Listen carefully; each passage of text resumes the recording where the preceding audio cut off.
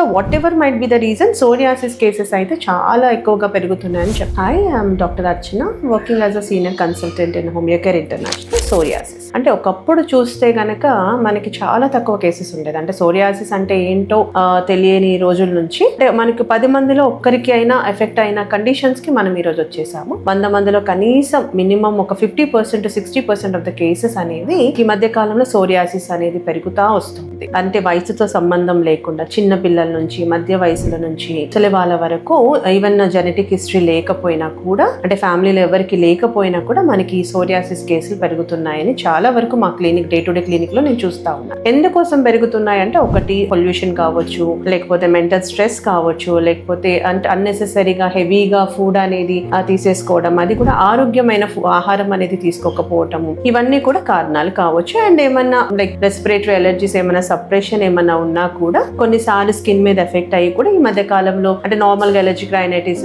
హే fevers, లేకపోతే sinus, ఆస్తమాస్, bronchitis ఇవన్నీ వస్తూ ఉన్నాయి. చాలా మందిలో అలర్జిక్ రైనైటిస్ కూడా వస్తుంది. సో అది సప్రెస్ చేసినప్పుడు కూడా మనకి స్కిన్ మీద ఎఫెక్ట్ అయ్యే అవకాశాలు ఉంటాయి. అంటే ఈవెన్ మాకు రెగ్యులర్ గా ఎవ్రీడే క్లినిక్ లో కూడా న్యూ పేషెంట్స్ మనకి దాదాపుగా 3-4 ఒక్కొక్క డాక్టర్ కి వచ్చిన రోజులు కూడా చూస్తూ ఉన్నాం. అంత ఎక్కువగా మనకి సోరియాసిస్ పెరిగిపోయింది. అయితే ఇది సోరియాసిసా కాదా అనేది పేషెంట్ ఎలా కన్క్లూడ్ చేసుకోవాలి అంటే కొన్ని సోరియాసిస్ లో ఒక్కొక్క రకంగా ఉంటాయి. అంటే కొన్ని ఏంటి డాట్ గా ఉంటాయి, గట్టెడ్ సోరియాసిస్ అంటాం. కొన్ని తలలో మాత్రమే డాండ్రఫ్ లాగా ఉంటుంది. చాలా మంది స్కాల్ప్ సోరియాసిస్ ని చాలా మంది నెగ్లెక్ట్ చేస్తూ ఉంటారు. ఎందుకంటే వాళ్ళకి తెలియదు, అంటే అదేమో డాండ్రఫ్ లే అనుకుంటూ ఉంటారు.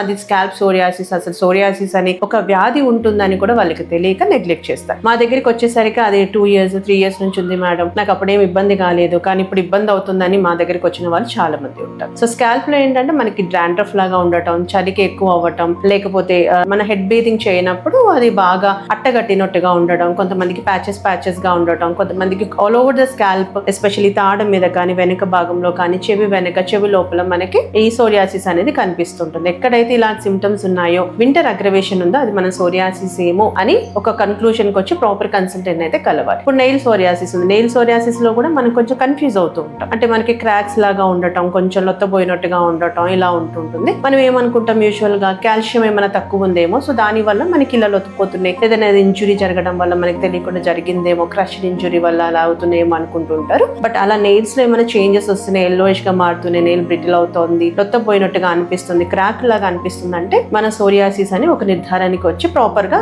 దాని ప్రకారంగా ట్రీట్మెంట్ అవసరం అయితే వాడాల్సి. ఇకపోతే సోరియాటిక్ వల్గారిస్ కానీ ఎరిథ్రోడర్మిక్ సోరియాసిస్ ఇవేంటంటే చేప పులుసులాగా బాడీ అంతా ఒక స్ప్రెడ్ అవుతూ ఉంటుంది, బాగా స్కేలింగ్ ఉండటం, ఇచ్చింగ్ ఎక్కువగా ఉండటం, ఇది కూడా చలికాలంలో బాగా పెరగటం, కొంత ల్యూకోమ్ వాటర్ తో క్లీన్ చేసుకున్నప్పుడు కొంత సూతనింగ్ గా ఉండటం, మళ్ళీ అది బర్నింగ్ ఉండటం, ఇచ్చింగ్ ఉండడం, ఇలా జరుగుతుంది. ఏది ఏమైనా దాదాపుగా మనం చూసే కేసెస్ లో ఎక్కువగా సోరియాసిస్ లో మనకి ఎరిథ్రోడర్మిక్ సోరియాసిస్ కానీ, గట్టెడ్ సోరియాసిస్ కానీ, స్కాల్ప్ సోరియాసిస్ అండ్ పామోప్లాంటర్ సోరియాసిస్ అనేది బాగా విపరీతంగా పెరిగింది. పామోప్లాంటర్ అంటే ఏంటంటే మనకి ఓన్లీ చేతుల్లోనే జస్ట్ మనకి డిటర్జెంట్ అలర్జీ ఏమో అనుకునేటట్టుగా, లేకపోతే ఎగ్జిమా అనుకునేటట్టుగా ఉంటుంది, గట్టిగా అట్టకట్టినట్టుగా ఉండటం, క్రాక్స్ ఉండటం, ఏదైనా పని చేసినప్పుడు మనకి దాని నుంచి రక్తం కారటం, చీములాగా కారటం, ఇలా కాలికి కూడా ఆడవాళ్ళలో ఎక్కువగా మనం హీల్ క్రాక్స్ చూస్తూ ఉంటాం. సో దాన్ని మన సోరియాసిస్ అనేది నిర్ధారించడం కొంత టైం పడుతుంది, అంటే అవగాహన లేని వాళ్ళలో. ఎందుకంటే మనం ఇంట్లో అన్ని పనులు చేస్తూ ఉంటాం కాబట్టి తడి వల్లనో, డిటర్జెంట్ వల్లనో, మన ఫ్లోర్ క్లీనర్స్ వల్లనో వీటి వల్ల వచ్చిందేమో అనుకుంటుంటాం. కాకపోతే డీప్ క్రాక్ ఉండి, బాగా ఇచ్చింగ్ ఉండి, మండుతోంది, బ్లీడింగ్ అవుతోంది, వింటర్ లో పెరుగుతోంది, బాగా రఫ్ అయిపోతుంది స్కిన్ అనేది అన్నప్పుడు మనం సోరియాసిస్ అని ఒక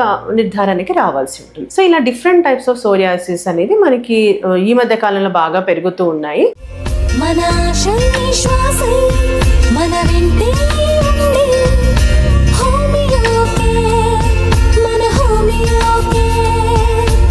Homeocare international, world class homeopathy.